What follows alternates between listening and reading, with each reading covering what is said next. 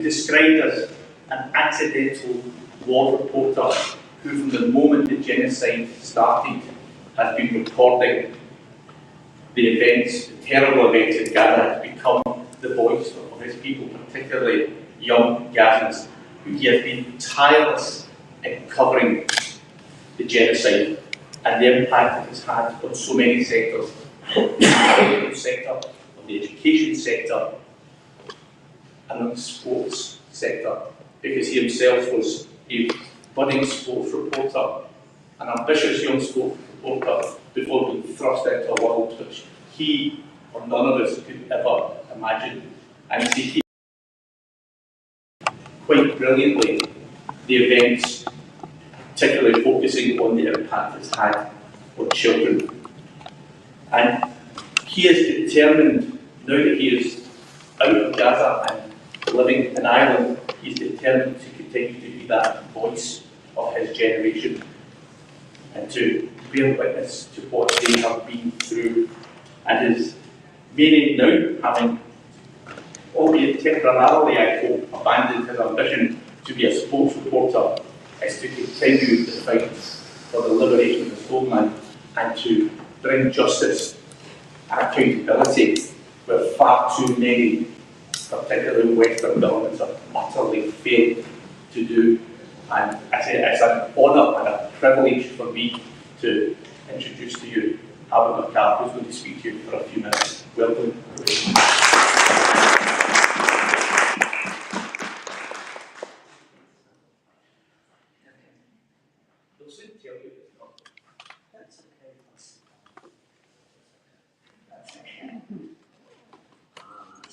Thank you so much, everyone, for coming.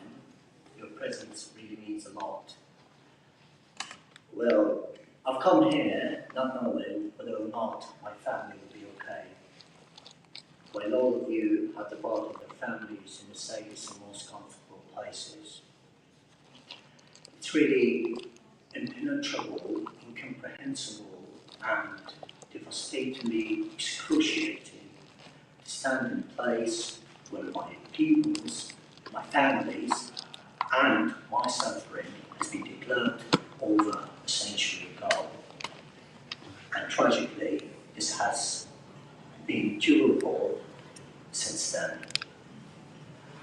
My hometown was stolen, my grandparents were expelled from their hometown, and my family members and my friends have been systematically hunted down by Israel over the past years. And all of this is under the auspices of this government.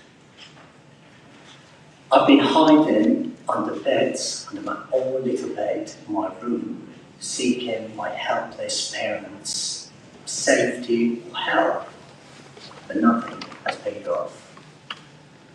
We've always resorted to storing canned food beyond expiry date, just to survive. We were sleeping in a single, tight room, just to avoid unilateral grief. And on many multiple occasions, we were just a few meters away from the bombs. But somehow, we have just survived. I'm really not 22 years old, as Brandon said. I'm 3 months old. Because when you call someone that he is 22 years old, he's been living, but I haven't been living when I was born. I was just launched into a constant terror that, until now, I haven't recovered from. Israel has not been cutting off electricity, water, or food since the beginning of this genocide. Israel hasn't been starving us just for over the past 21 months. But Israel has imposed a full spectrum blockade on us since 2006, when I was 4 years old. It's nothing that I can say, but I'm just standing, honestly, probably in the wrong place. Because of this decision by the powerful, whose conservative began a a long time ago, probably over a century ago, if this decision wasn't passed, I didn't need to, right? I wouldn't have needed to come here and talk to you.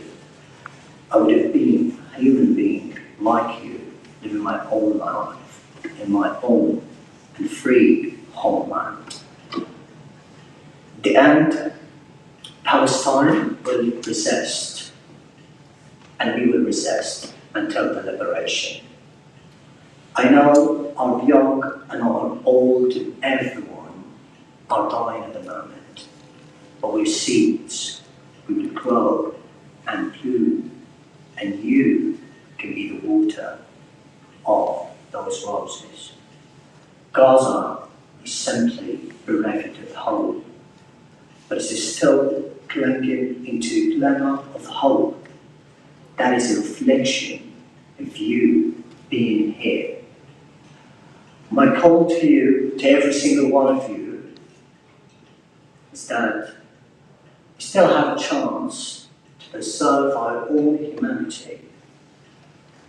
We still have a chance to apologize on behalf of our humanity that we've all failed for the past 21 months. We deserve to live. We deserve to be our own human beings. And in the end, I just want to say, we're not perfect or gentle victims. We have a right to be human beings.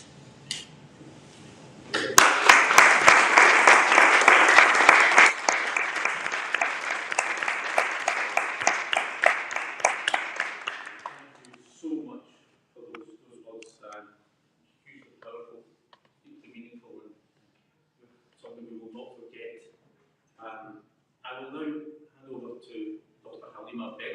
the CEO of Oxfam, who are organising the next event for a conversation, and we look forward to that. Thank you, President, and thank you, Abubakar. That was such a powerful introduction to, I hope, hour and a half conversation.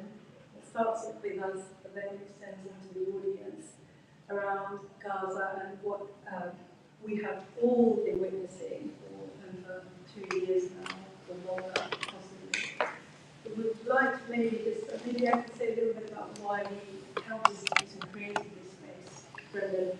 As you all know, I don't want to tell you this, there were so few media voices and journalists that are reporting out of Gaza.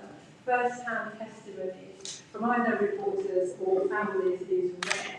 Despite that, we are not, we're not limited with stories of what is going on in Gaza. But to have Abubakar here with us in the Houses of Parliament in Britain, he talked about a decision made 100 years ago.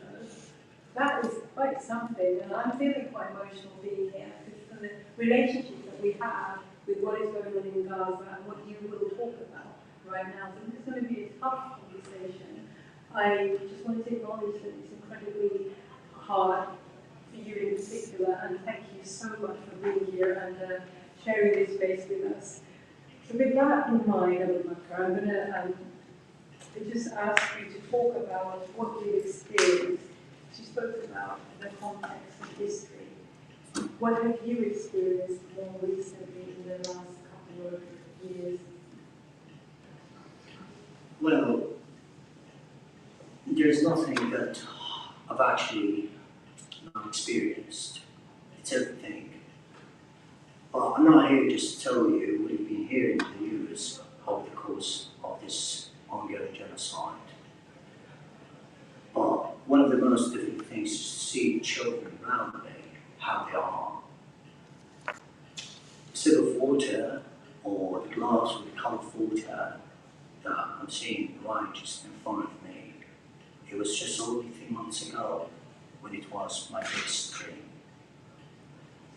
And because I have a weak immune system, and I've recently, for those who don't know, I've recently recuperated from malnutrition.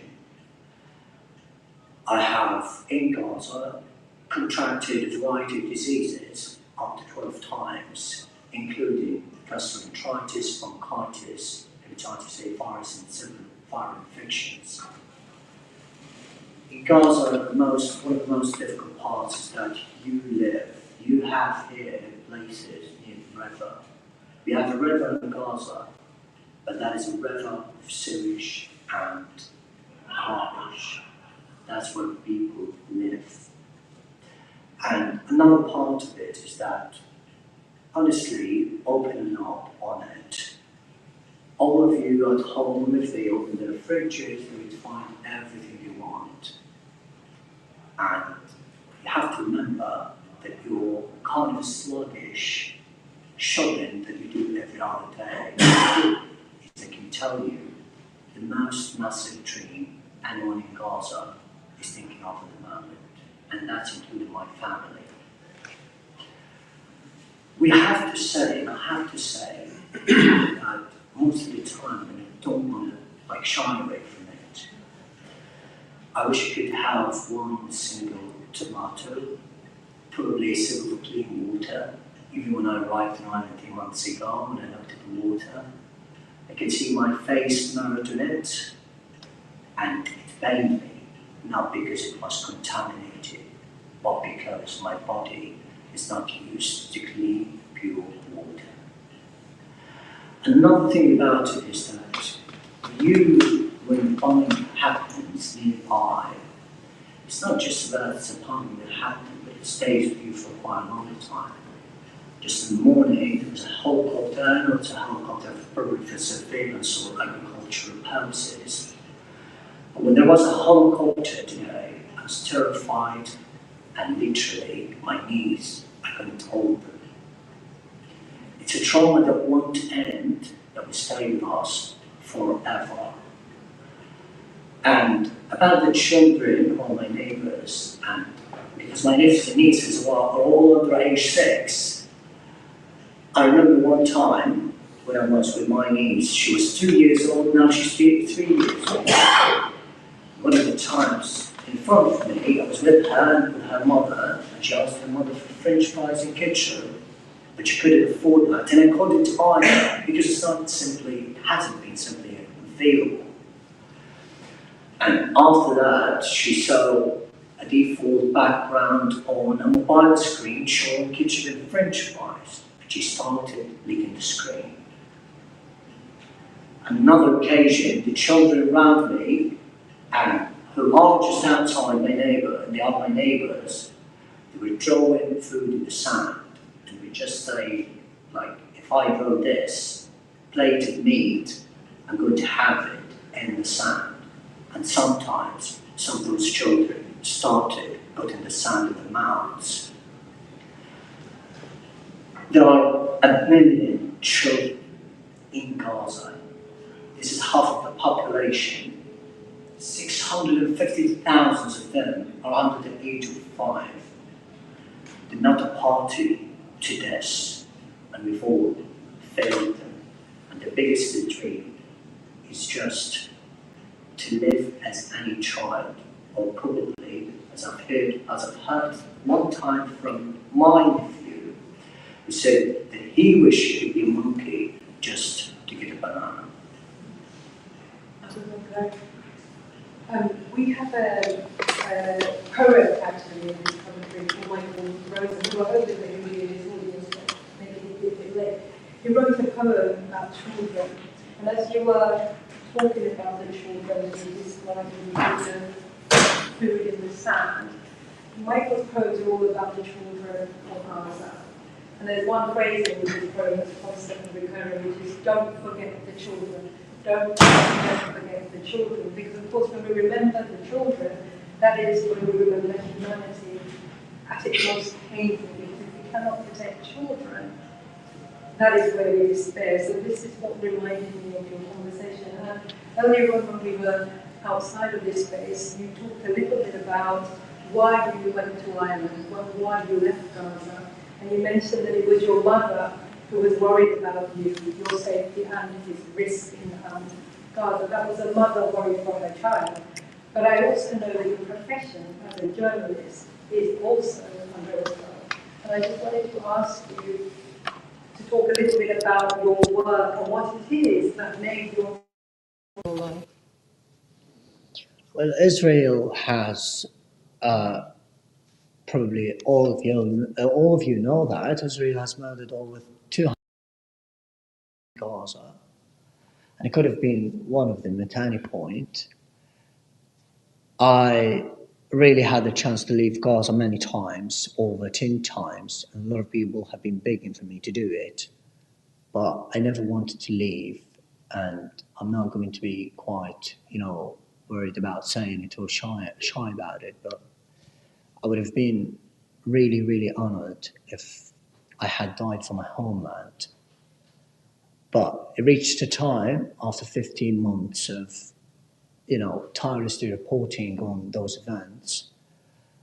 And my mother told me just in the last week when I had this opportunity under the auspices of the Irish Embassy, she simply told me, and I told her first that I don't want to leave, I want to continue, I want to do everything. And just to let you know, I don't deserve the chance to be here, to leave Gaza, to be a survivor more than anyone in Gaza. Everyone deserves a chance, and even more than me. And then, after that, I told her that I didn't want to leave, and she told me, look, I have to be very honest with you. You are not a danger only to yourself, but you're a danger also to the family. And I actually don't want you to be here anymore. You can imagine, probably most of you are mothers here. You can imagine what it feels for a son just to hear these words from his mother. It still pains me until now what she said to me. And when she said that, I told her, I can't say no to you. I love my mother, I love my parents, and I simply wouldn't have forgiven myself if something had happened to them. And it's all just because someone has stepped up to talk about it, to cover it, the way I see it, and that's how my fellow journalists were hunted down, have been hunted down over the past 21 months. And just yesterday, there was a journalist who was killed in an airstrike in southern Khan Yunis, and he was killed along with his 3 children and wife, so an entire family was wiped out. So I understand my mother's point of view and her very deep concerns. But again, I mean, it's simply unimaginable. It's simply unfathomable. So just like this. When we previously spoken, so I keep hearing the word human and humanity in your words, and I think you described previously that the conditions that Palestinians in Gaza are living through are not human. Of course, there's a lot underneath that. And that's what I'm hearing from your words, Abu Bakr. I won't ask you to describe that because I think we need to hold a bit of dignity as well. But I did want to ask you about another group of professionals in Gaza. So you talked about journalists. Tell us about the doctors and the medics and how are they experiencing this catastrophe and ongoing violence? The medical professionals. Yeah. The last story I produced in Gaza was entitled Gaza's Hospitals Are Triaging Genocide. That was a factual representation of what these hospitals are subjected to. And I can't even imagine, after 3 months of this full spectrum blockade, what it really is like. I met many of the doctors, but in this particular story, I went inside the ICUs at the Al-Aqsa Hospital in Deir al-Balah, which is in the center of the Gaza Strip. And I entered all of the halls inside, like all of the wards inside. Literally, there's no room that didn't have children. But more remarkably, I went inside the 3 ICUs because this hospital has around 3 ICUs. In the 3 ICUs where I was reporting and talking to doctors and the families of these brutalized and traumatized children, all of the ICUs, they were brimming, they were full of the children, only children. There was no one except children. And in this story, the ICU of the 2nd floor, which is absolutely defunct. It doesn't have, it's very unequipped. It's actually not equipped. There were 4 children, and I wrote on them about the P in this piece.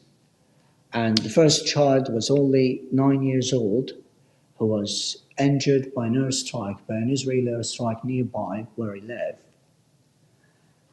And his half just vanished from the airstrike, and he had to go through 5 different surgeries. And unfortunately, because the hospital was very under-equipped,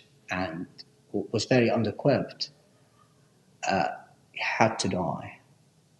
And the other 2 children, one child was 7 years old, she was a girl, and she's a very innocent child that she couldn't even see because she had full body burns, and she had a spinal cord injury and a complete left leg fracture. That's a 7-year-old again. And because her family couldn't really bring her the needed medications, and the hospital was simply unable to treat her, her family was putting some balloons over her medical bed and some toys near her, hopefully that this could be the cure. And the other child was an 11-year-old child. She was a girl as well. She had a severe and acute lung contusion because of some shrapnel that pierced her chest in one of the Israeli airstrikes in my area. And she was still, she was coughing, sneezing every single second, literally every single second. And no one could even think about her pain and her anguish. And at that time, she was still smiling. She had a smile on her face. And the other one, the 4th one, was also a child, 12 years old. His whole body was burnt. It was like a charred body that was having his last moments. And one other important point about the humanization that you're talking about is the fact that, because I've been here for 3 months, your pets, I'm sure most of you have pets like dogs and cats, they do have rights more than us. Your dogs, cats, and pets, they have the luxury to go and have an ice cream. We don't have this luxury. Your dogs and cats and pets have passports. Most of us, if not all, are stripped of their identity just because we were born Palestinians. The trauma on the children is simply can't be put into just few words. We can talk about it for years. But we have to know the moment is that when I left Gaza, that means I'm 85. That means all of them, they have been or they are still facing severe risk of malnutrition. And the signs of malnutrition we were seeing inside Gaza hospitals when I was touring around, trekking around on children were absolutely terrifying. And I can't even imagine what it means for children at the moment. I talked to my nephew, who was born into this genocide, into this, and he's only 1 year old. He's very lucky to have survived it now, because many of the time babies have been blown off and shattered into pieces. I'm sure you've all seen that. So his mother is trying to get him an egg, or probably some milk, or baby formula, or diapers. Not all this, it's simply fantasy. I mean, every child in Gaza when you walk into the streets of Gaza, not inside the hospitals' wards, but inside the streets, you would see at least 2 to 3 amputated people, mostly children. So Israel has created a cohort, a full generation of amputees. But despite this, I've still seen people in Gaza, which makes me so hopeful. I remember I have interviewed one young man whose right hand was amputated, but he told me that I'm still very lucky to still have one.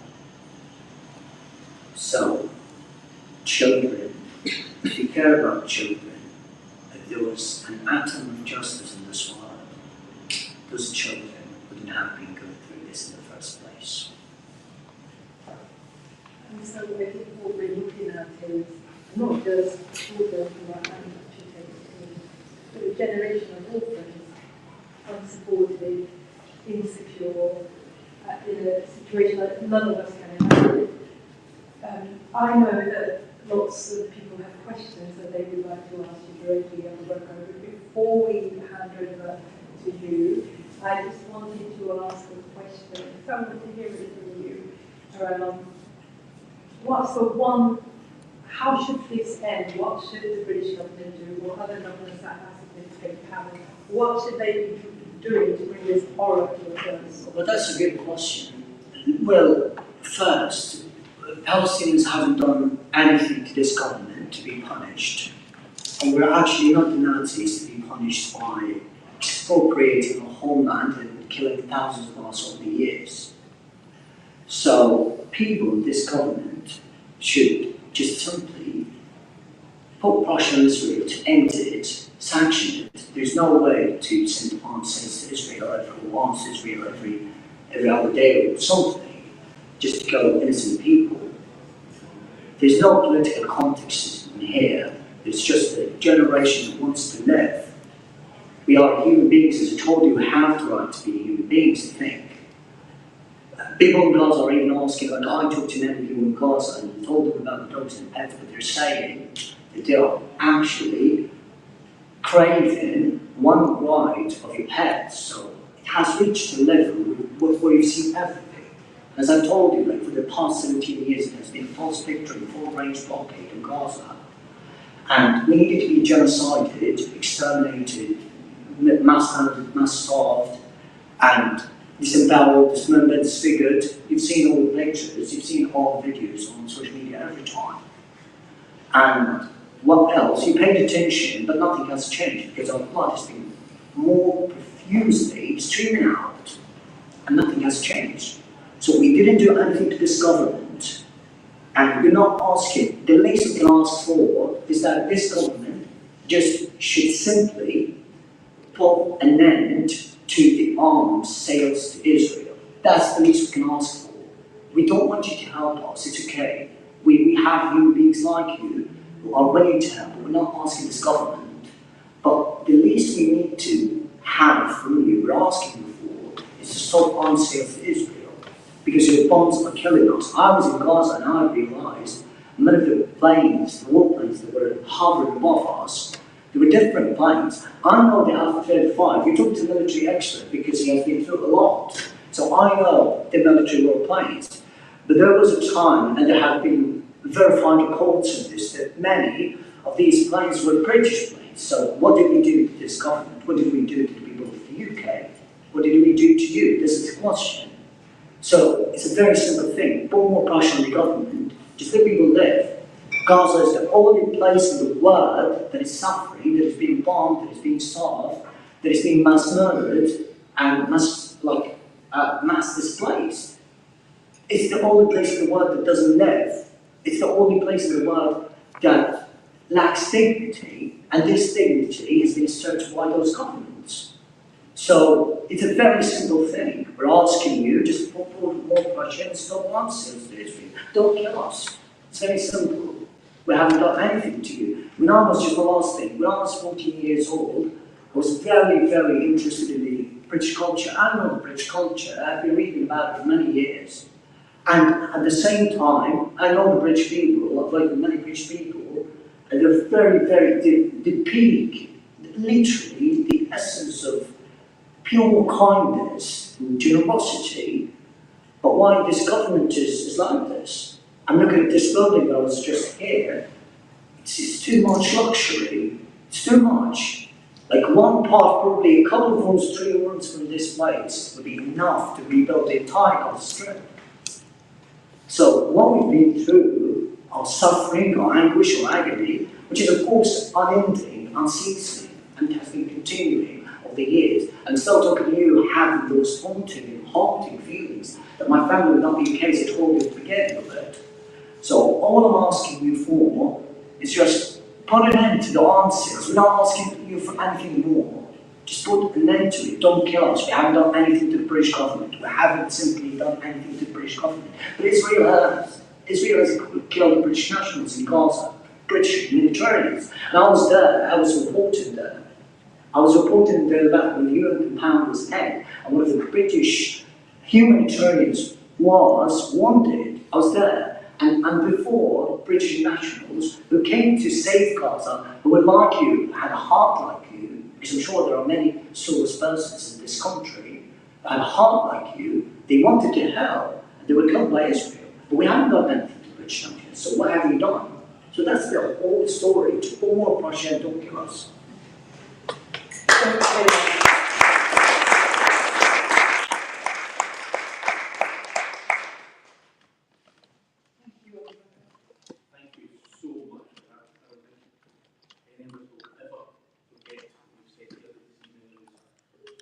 Harrowing, but necessarily so. I'll open it to the floor. Anyone, any questions, any contributions? Short contributions, I think we'll have a few to get through. But what I would ask is if you do make a contribution, just identify who you are for the rest of the room, please. Should we take a couple in one go then?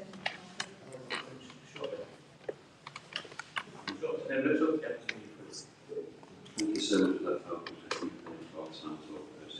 and as always, Brendan. I'm Shahid Adam, I'm the independent MP for Leicester South.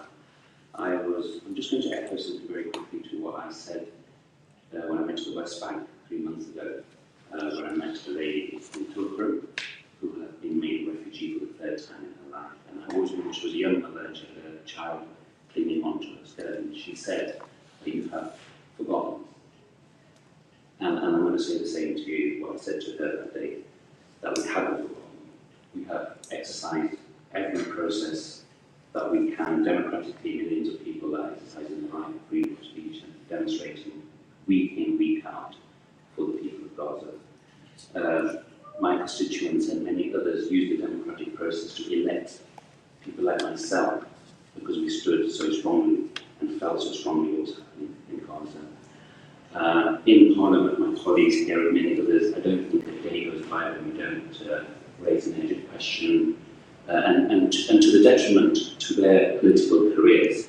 So we haven't forgotten you, but what we have done is we have failed you. We have failed you comprehensively. And the videos, the pictures, the images of children have been seen by those in our government that can make a change, and they haven't made a change. So my question to you now after this is, what is your hope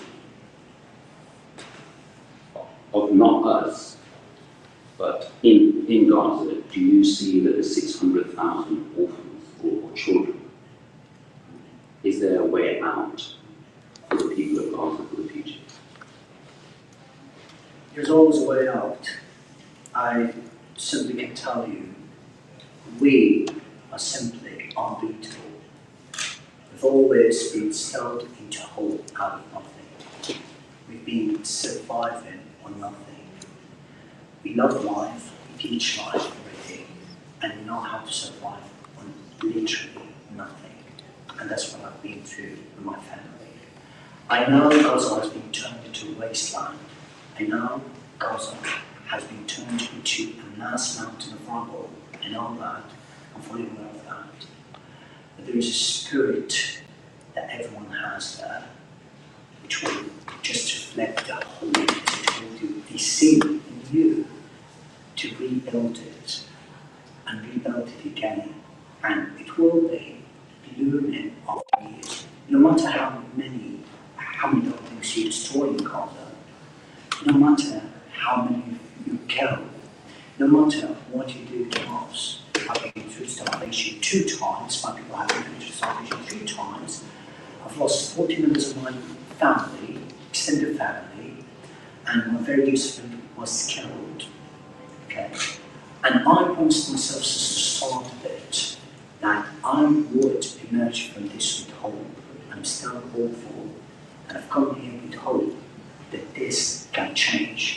So the people of Gaza, all they want is a stop, and then you will see Gaza, you will see that the Gazans and the people of Gaza, Palestinians, will make their own future.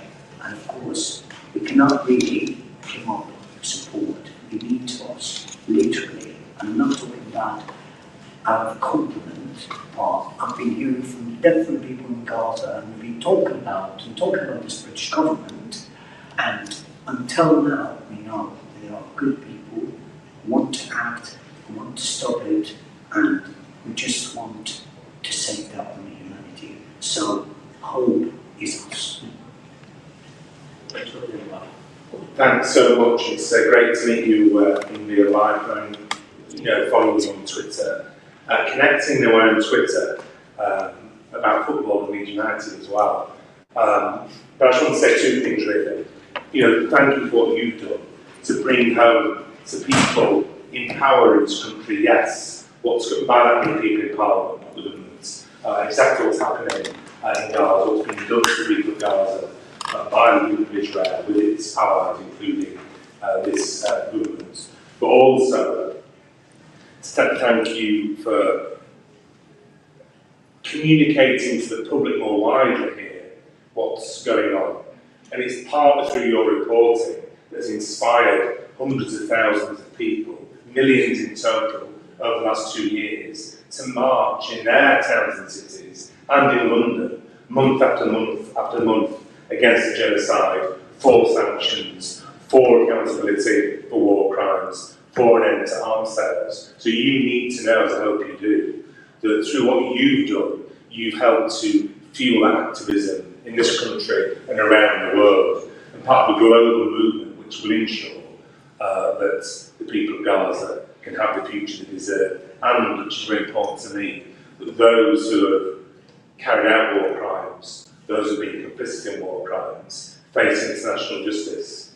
Because I feel very strongly that the best way to ensure war crimes don't happen in the future is to ensure that those who have committed war crimes and been complicit in them are accountable for them. So I wanted to thank you for that, but I also wanted to finish by making you a promise that myself and others will do whatever we can in our privileged positions, being elected by our communities to represent them in Parliament, to support the people of Gaza and people of Palestine in any way we can. This will happen tomorrow in Parliament in a way, it'll happen every day. But also, I want to promise on behalf of my constituents, hundreds of whom write to me every month, about, in support of the people in Gaza, that our constituents aren't going to give up standing shoulder to shoulder with you either. And I agree with you that eventually you'll succeed, but all we can promise is we'll do everything we can, and so many of the needs of people in this country support this cause for justice. I look forward to the day when everyone pretends to agree with you all along. Thank you so much. Really appreciate it. Thank you so much. Ricardo, you have said that I can't imagine how difficult it is being in this building.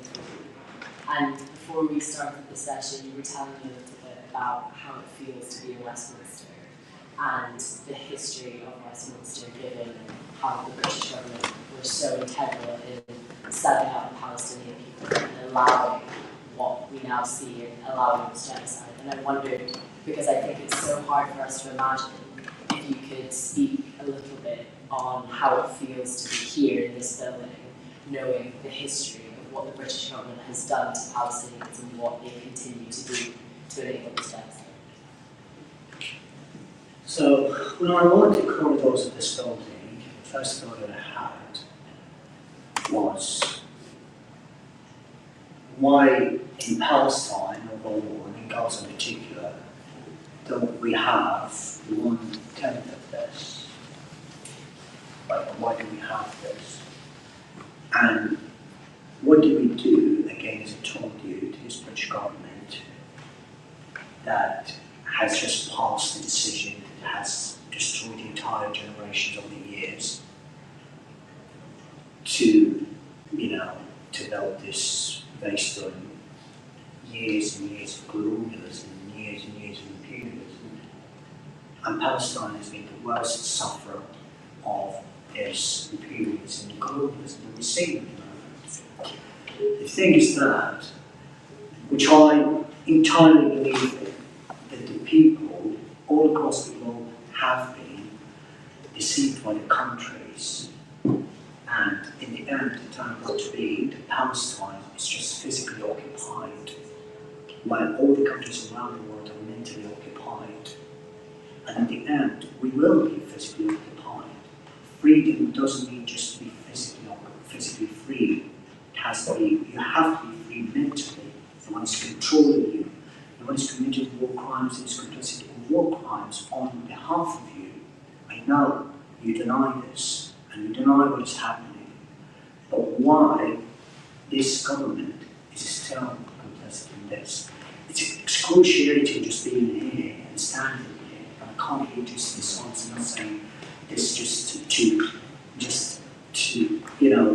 expedite this meeting.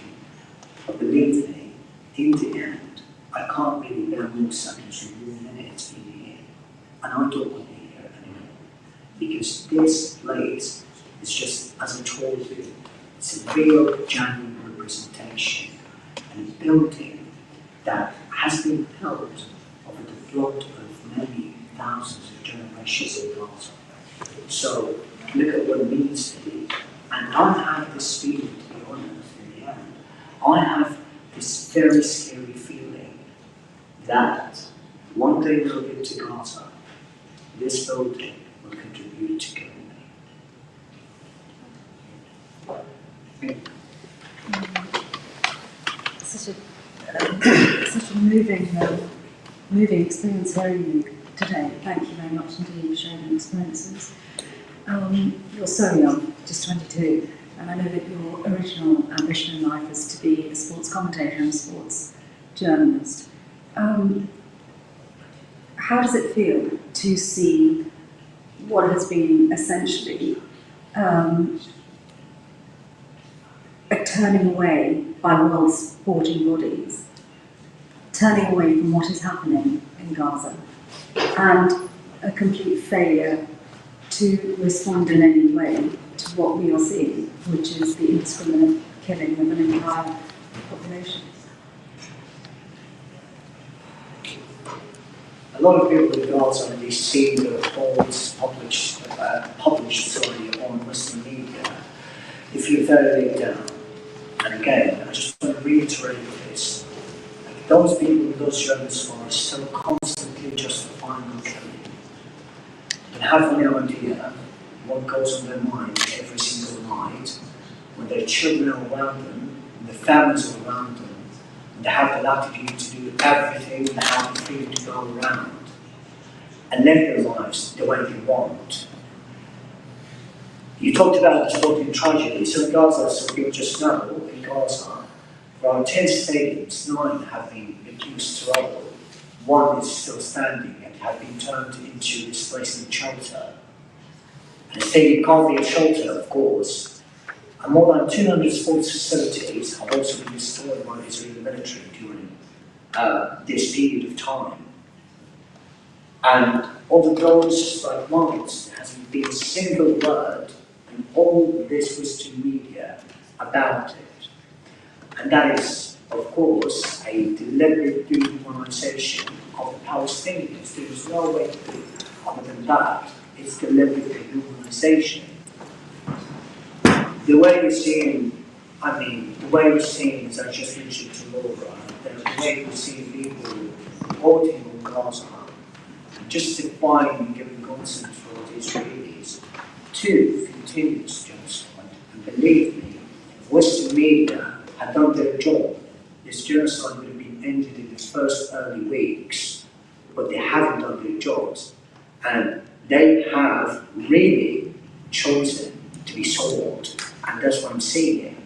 So the lack of reaction, I know, look, we haven't failed as human beings with some governments, but what the public sentiment the Gazans have is just those who argue can do more, can pressure more, because if we were you,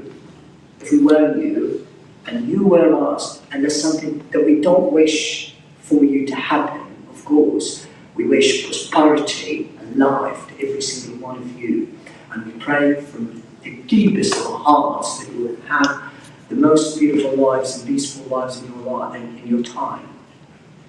But if we were you, I promise you that every Gazan would be taken to the streets and wouldn't to sleep, because if there's a public breakdown or a global strike, there would have been much change. And that's what we want from you. We want you to feel us. There was a British activist who went on a hunger strike, and look at the people of Gaza. When I was in Gaza, that was when I was in Gaza. Sorry. And that was when I was in Gaza. And a lot of the Gaza people said that this is just the peak of humanity to see someone going on a hunger strike just for us. So we want you to change your government. If there's right now a life which is not going, like your life is kind of stopped, this government would have acted. And that's how our people want to feel. They want to feel that you feel our pain. And that's our simple message. Feel our pain. Go home, see your children, tell them one day, because I'm someone who tasted it and who was forced to eat pet food. I'm not trying to say it. But if you tell your children, if you tell yourself, for example, that today we're having pet food, and by the way, the pet food that you have for your pets is much better quality than the pet food we had in Gaza, than even the food we had in Gaza. But the thing is that if you try to do that and just say, we're not going to have anything today, for example, we're going to have pet food just for today's lunch, okay? See how you yourself would react about it, see how your family would react towards it, and see how it is. And another important point in this country, because I'm seeing the cokes everywhere and the bulk companies, do not drink our blood. Like, why are you drinking a coke? It's not significant. You will not die without a coke. You will not die by going to Tesco or Lidl or whatever of these companies that have been funding this ongoing genocide. So just don't go to it. Just contribute a small part to preventing a genocide from happening. That's what we want from you. That's how we can feel human beings together. That's how we can save humanity. It's not just because of us that you do this. It's just because of you. That because we are living in an era of capitalism, imperialism, and colonialism. We need to change that. It's you who can change it. Because in the end, Gaza is the prologue, and other countries will be the next victims. My question was, you're a journalist, you're a room with other journalists in here. What stories do you feel like the Western media are ignoring that are coming out of Gaza? What do you want them to look at? The Western media, what stories in Gaza do you want them to look at and to talk about, or what they might not be saying that they should be saying about what's going on today? There are many beheaded children that I've seen while I was in Gaza. There was a child who was living only a couple of kilometers away from me, from my home, came to the hospital and saw him, and so many children like him really, were just struck in the mortuary of the hospital. I was looking at him, it's just pieces of flesh all around and a pool of blood, and 2 arms over his belly and 2 legs over his head. And he was just put tightly in a bag, in a plastic bag. So this child who was 4 years old had no coverage from the Western media. Because, you know, Palestinians are not like any other ones across the globe. They have less privilege than you. Because we live in a time of totally white supremacism. We live in a time of racism. And that's, in my opinion, the main reason why we're seeing the genocide of our time. So, and recently there has been a fetus who was beheaded, and we haven't seen any coverage at all. So, we're not asking Mr. Media to be kind of, because there is no need to objectivity in this genocide. You're seeing it, live streamed, it's well documented, you're seeing it every single day, every single hour, every single minute. So there's no need to be objective, but just be neutral and report as much as you humanize this really. That's all I want to us to make. Gentlemen, being shot down. Yeah. Yes. This government has long talked about two-state solution, but doesn't really get anywhere. It hasn't yet recognised Palestine as such. That's one point. I'm disappointed in you about that. Secondly, would you like to see this government bring out from Gaza, if possible, more of the injured so they can be treated in hospitals, and some of the orphans? We brought very nobly people from Ukraine and Afghanistan, but not a lot from Gaza.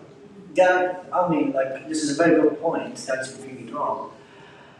I actually have no idea why this government has been contributing to bring more injured people from Gaza. This government would have quite washed its hands from the complicity that we're seeing by bringing more injured people. And of course, it's like, you know, you've injured people and you want to treat them, so it's like it's a huge irony, to be honest, but this is the least we can do. Like, in the first place, as I told you, don't kill us, don't injure us, don't bomb us, don't help to that, don't help in that.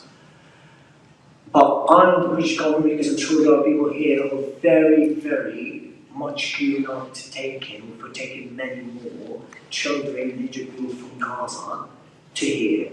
Just, this government needs to allow people who have noble hearts, pure hearts, to help the people of Gaza.